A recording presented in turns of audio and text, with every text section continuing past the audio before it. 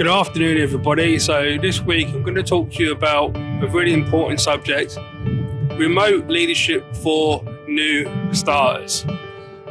Where does one begin? Well, first of all, I'm going to give you some tips that Simon Sinek has briefly gone through and explained, because obviously he's got a big organisation himself. It's a lot more difficult, although I do respect L&D with what they've done in terms of trying to shift towards online learning. But what happens if you're a new starter? You started a company, you've got no feel of the company culture, and how are you going to get company culture from sitting at a desk at home? It's almost impossible. You don't know what to expect. And if you're a new starter in a company, my biggest tip for you is to be yourself first, relax. But from the other side of the coin, as Simon Sinek says, it's not easy, but it's not impossible. So companies need to really sit down, design a plan, and that can start with doing virtual lunches and getting comfortable with more one-to-one. I'll say the word because Zoom fatigue is very real. Video one-to-one, like we're talking right now. Instead of, I wouldn't overload on high Zoom calls, because although you need to keep communication open with new starters, you want to ease them in to the process, because you're still getting used to the fact as a leader or manager of remote leadership. And recently, if you go into my profile under documents, you'll find the really good set of decks that I produce on the military leadership that British Army recently done a seminar on. It's really good.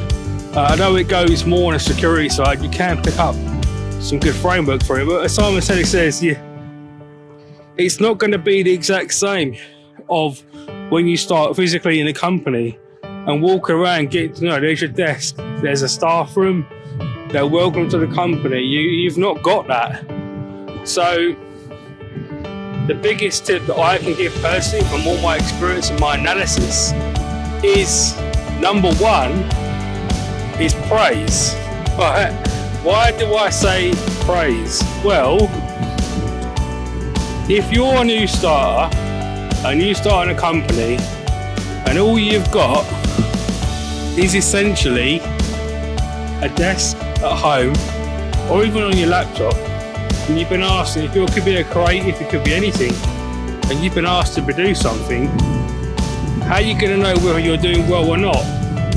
And that's where you as a manager or a leader need to step into the ring and perhaps, instead of even giving the one-to-one feedback, which you would do anyway, but you need to do it more often. And it's what we call, psychologists or a lot of counsellors use, a check-in system. So checking in on your mental health. So effectively you're becoming a practitioner in mental health more, because you're not actually looking at performance, but remember that employee hasn't been in the walls of your company. And if you're going remote permanently, you've got to sustain some kind of culture, and that's going to be on a relationship that you build and have with your employees. So you need to be doing the phone calls. And I would say, but I said this before, audio is going to be far much better, so picking up the phone than doing Zoom calls, because Zoom fatigue is real. Reference Stanford University article, which I knew before, and I've said that before. But getting back to remote leadership for new starters, the executive board, L&D, HR, especially HR, need to put down an invitation and a reflection plan for those new colleagues starting in the business, so that by week 2, you need to have a check-in system to say, right, how many times have we phoned this particular new starter? How are they doing? What's the sense? And companies are probably doing this, but if you don't have a structure, like in college, us educators, we're very good at producing a curriculum and we have a scheme of work. So, and the same as in the British Army, week 1 you do this, week 2 you do that. And you need to build that kind of system into a joint mental health wellbeing program, plus the skills and the progress that you might want to see in that particular staff member. So in week 2, have a check-off sheet rather than all up in your head because it's too much, even for a HRM department. Say, right, we've done a phone in and, I'm really pleased with your performance. Your creative side is really good. I know it's difficult, but we value as a company. So that's why I say praise, because we need to increase praise, right? More so from remote leadership, because we don't have that face-to-face interaction. As Simon Sinek says, in a meeting you've got that human connection and you can tell whether maybe someone's upset. You as a line manager, a leader, even your own self, should have your own curriculum for your mental health and your remote leadership. And then to be a good leader to others, as the same with a physical context, you need to be able to say, right, okay, I see you're struggling here. How can I help you with that? So then that's about recognizing when someone's down or happy or giving them praise. And you only do that by getting to know people. So that's why telephone audio check-ins are really important. But make sure that you've got an actual check sheet system. Recently I've been publishing, if you go into documents, quite a few, not hundreds, but a few self-diagnostic, self-directing sheets. And you can, put that around the progression you would like to see in a colleague, but you've got to give them support, because you can't turn around to people, especially a new starter. Say, for example, you've got a graduate who's just joined the company, and you say to them, look, okay, you've got to do this, this and this, why this, this and this. And then you don't ring them, you just let them get on with it, and then they're at home, they're scared because it's their first job, and you haven't even bothered to ring them to say how they're doing. And you've got to have lunches with them, you've got to do that. You've got to build some kind of visual, humanistic relationship with that person, because otherwise, number 1, you could lose them. Number 2, you're probably going to find that their performance will go down, but equally it's not right. So even though remote leadership is going to be somewhat hard compared to a face-to-face interaction, you still got to play the humanistic approach in terms of leadership. Surprise, so everyone, I transported, right? My apologies, I had a technical problem, so I had to just reshoot the second half. So I was talking about praise and remote leadership, and it's really important that we get behind this concept of praise, because it will help new staff members, graduates, anybody coming in new into the business to settle in more. Now I know that some companies are doing hybrid, okay, which is fantastic. Hybrid, my definition is you give the option to your staff members of working at home, but there kind of is like a minimum requirement. That can work quite well, because we know that in some research, some reports have suggested that some people find it very difficult working at home. They've got families, and for them it's their kind of way of getting out of the house and just experiencing their own culture. But it's more about the future is saying to us that it's more going to be working at home, and kind of, right, okay, how do we best make those members feel welcome? Like I said, audio, telephone, the check-ins are very important.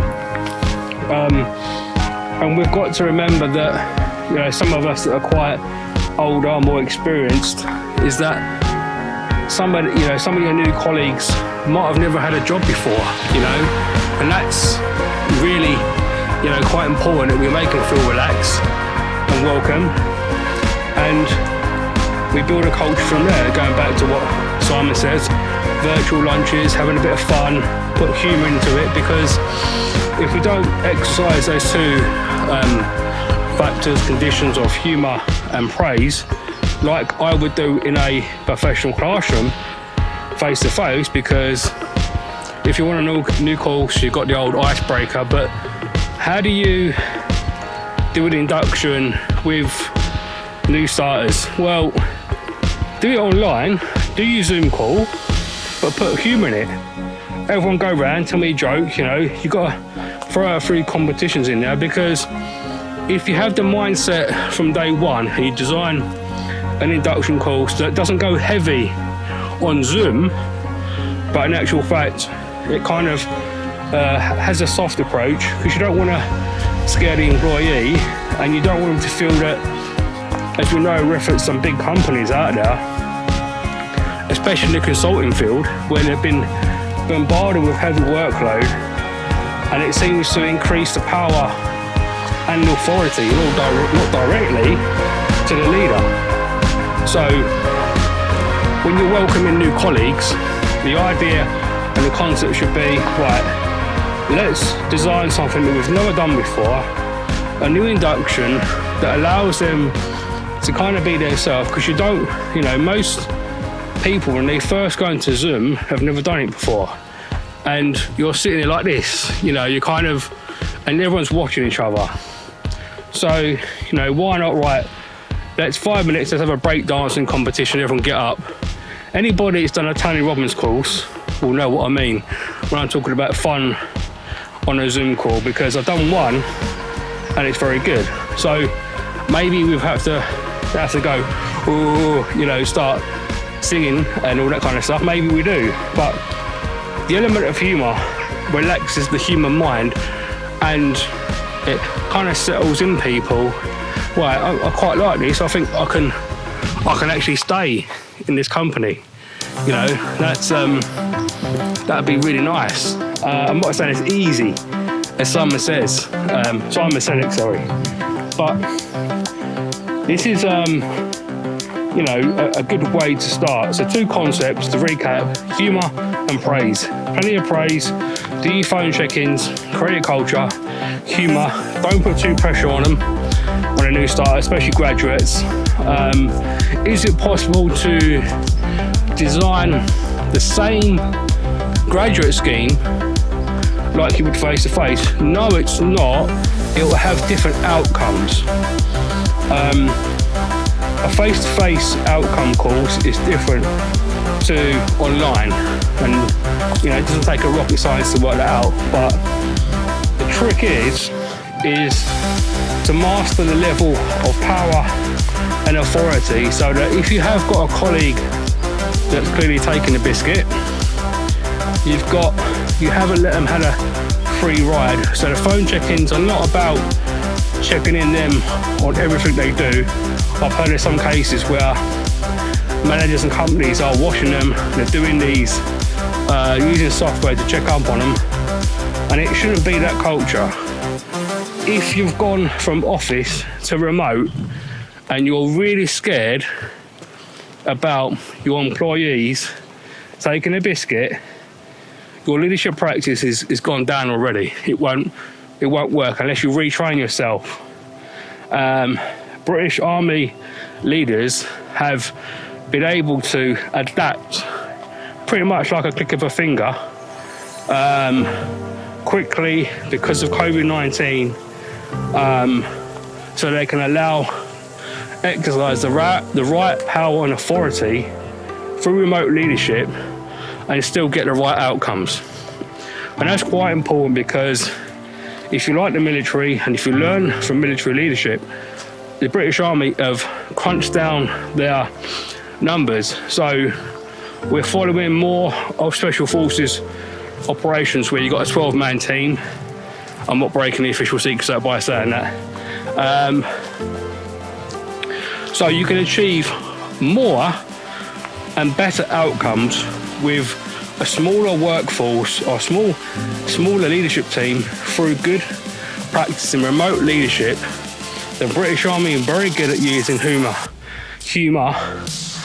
to get through stuff, break the ice, get people going. You have to imagine that if you're a new recruit, you want to join the army, you've never worked in a team before, you're fresh out of school or college, you're going to be nervous. So you have to have, as a trainer, an L&D operative,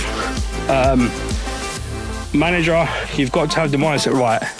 This person is completely new into the business, and I need to make them feel welcome and at ease, and I can do that with humour and praise. Right, humour and praise. Tonight's homework: learn the art of humour and praise through remote leadership, through online. Be yourself, let them be themselves. You have to let them grow. You really have, because your company culture, your KPIs will all fall down if you don't get this right. So that's it.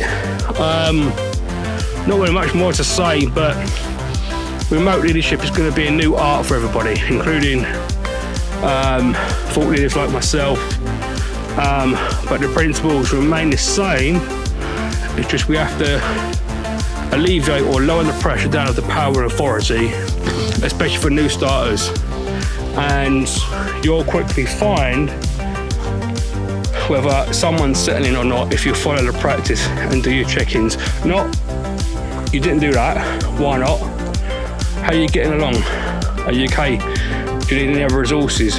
Checking in, real human contact through, an online system, but creating that humanistic perspective and not just, screen, Zoom, 8 people in a room and standing there, sitting there like robots. You don't want that.